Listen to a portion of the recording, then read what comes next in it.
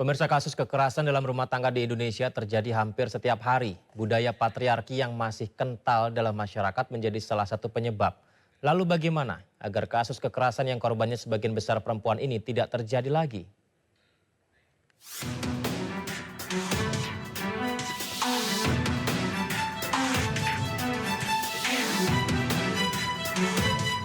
Pemirsa, kasus kekerasan dalam rumah tangga seakan tak ada hentinya. Bukti-bukti rekaman CCTV yang kini viral di sosial media menjadi tanda pilunya langkah seorang korban KDRT yang sebagian adalah perempuan. Lantas, mengapa ini dapat terjadi? Apa yang harus dilakukan seseorang agar tak menambah daftar kelam korban selanjutnya? Bersama saya, Gisalia Nur Rahma, dan juru kamera Raga Firdaus. Inilah Apa Kata Fakta.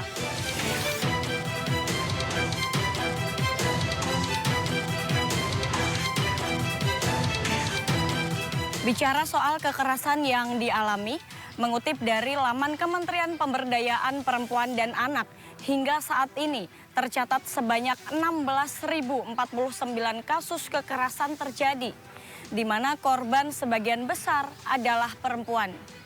Berdasarkan tempat kejadian, urutan pertama terjadi di rumah tangga, hampir lebih dari 10.000 kasus.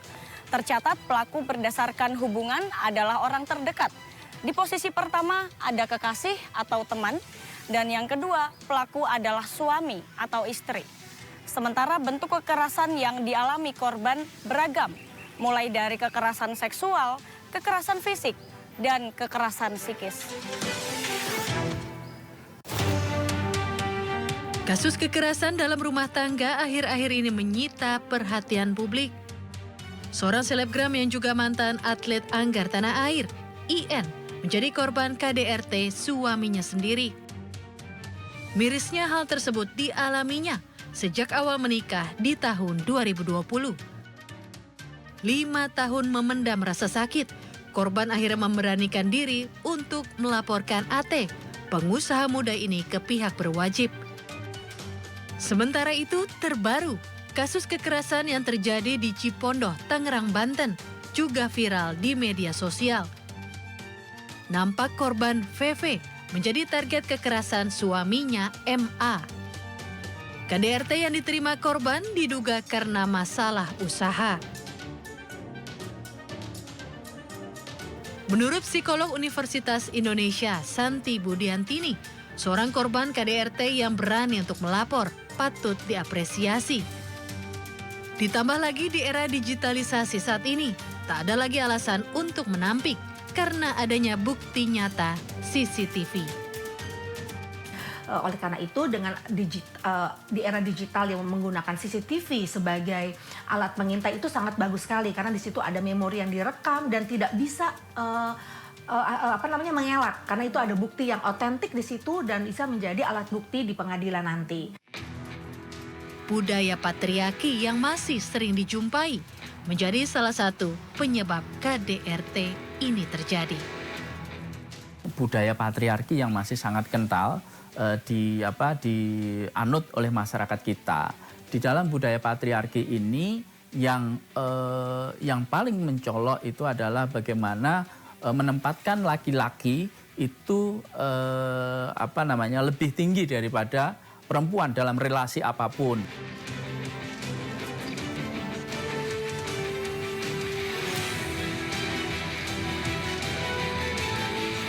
Dalam hal ini, salah satu langkah yang harus dilakukan adalah kenali jenis-jenis kekerasan dalam rumah tangga. Jangan sampai terlambat atau bahkan menjadi korban. Yang pertama, kekerasan yang menimbulkan luka atau cedera pada korban, yaitu kekerasan fisik seperti memukul, menendang, mendorong, menyakiti secara fisik. Kemudian kekerasan yang sebenarnya bertujuan untuk membuat korban merasa tidak berharga atau takut. Di antaranya kekerasan psikis atau emosional, seperti melakukan ancaman, penghinaan, dan manipulatif. Ada juga kekerasan seksual, seperti pemaksaan hubungan seksual tanpa persetujuan, termasuk dalam pernikahan. Hingga kekerasan dalam hal ekonomi, seperti menghalangi korban untuk bekerja, mengambil alih seluruh penghasilan, memberikan uang saku yang sangat terbatas. Ini semua termasuk dalam kekerasan dalam rumah tangga yang patut diwaspadai. Kenali dengan baik pasangan ataupun calon pasangan Anda sebelum terlambat. Jangan sampai KDRT menimbulkan banyak lagi korban. Paling kelihatan adalah tidak bisa mengontrol emosi. Dia bisa teriak, dia bisa menyerang orang, dia bisa menyerang dirinya, dia bisa membanting, dia bisa tanpa empati, dia bisa memaki-maki gitu ya. Hal kecil pun bisa menjadi besar gitu.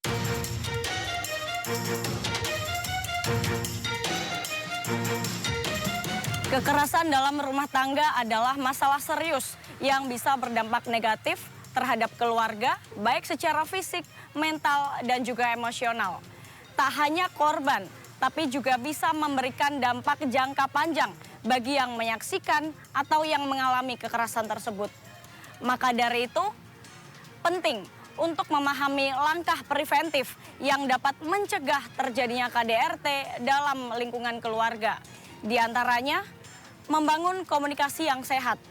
Dalam suatu keluarga, menciptakan komunikasi yang jujur dan terbuka itu penting, sehingga konflik dapat teratasi dengan baik sebelum berubah menjadi hal yang tidak diinginkan.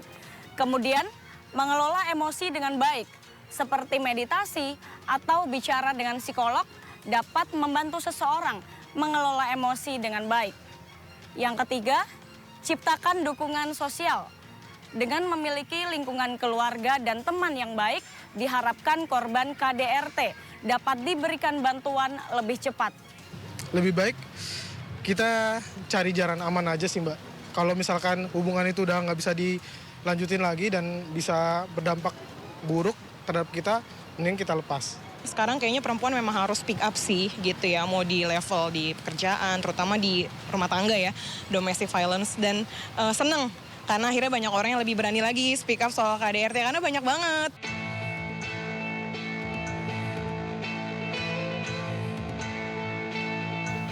Diam bukan cara untuk menyelesaikan masalah. Justru keberanian dalam mengungkap adalah kunci yang perlu dipegang seseorang dalam kasus kekerasan dalam rumah tangga. Bersama saya, Gisalia Nur Rahma dan Raga Firdaus. Sampai jumpa lagi di Apa Kata Fakta selanjutnya.